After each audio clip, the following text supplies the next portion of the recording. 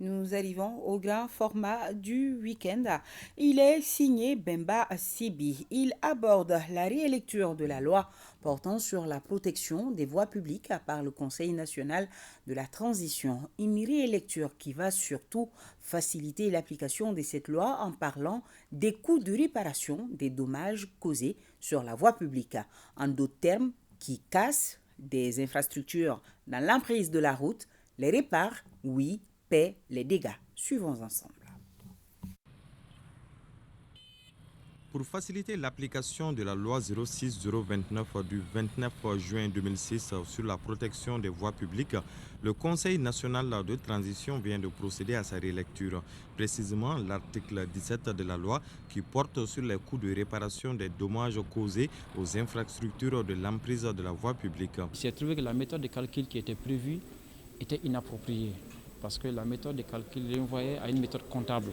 La route était assimilée à un bien comptable qui s'amortissait dans le temps jusqu'à ce que la valeur soit nulle à un moment donné. Donc, alors qu'aujourd'hui, c'est vrai, comptable, si on considère la route comme un bien public, sur le plan comptable, aujourd'hui, la plupart de nos routes sont amorties parce qu'elles ont dépassé leur durée de vie. Alors que réellement, elles sont en service, donc elles sont en exploitation. Donc, ce qui veut dire que leur valeur résiduelle n'est pas nulle aujourd'hui, n'est pas nulle.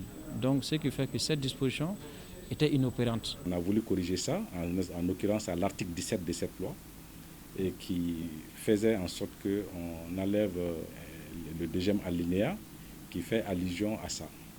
Donc, c'est ce qui a été vraiment l'objet récemment de l'ordonnance qui est passée au niveau du CNT pour ratification. Maintenant, la loi, il est aisé de faire une application de cette loi.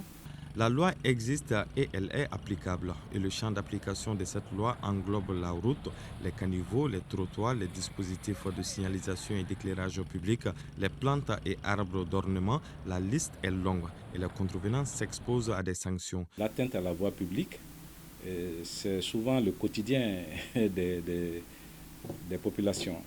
Par exemple, verser des ordures sur la voie publique, verser des ordures dans les caniveaux, font partie des atteintes à la voie publique. Et des peines sont prévues qui vont jusqu'à des emprisonnements. Il faut que la population le sache désormais.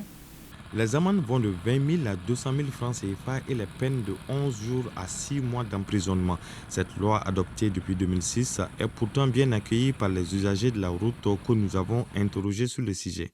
Pour qu'un État se développe, il faut que le peuple respecte ce que lui-même il a permis de faire construire par les tenants du pouvoir, par l'État. Donc ça veut dire que tout ce qui appartient à l'État vous appartient, m'appartient.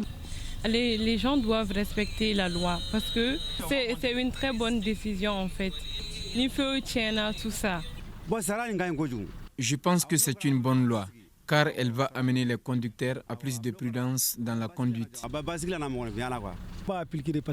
Cette loi est la bienvenue. Elle permet de protéger les infrastructures publiques, donc tout le monde doit la respecter.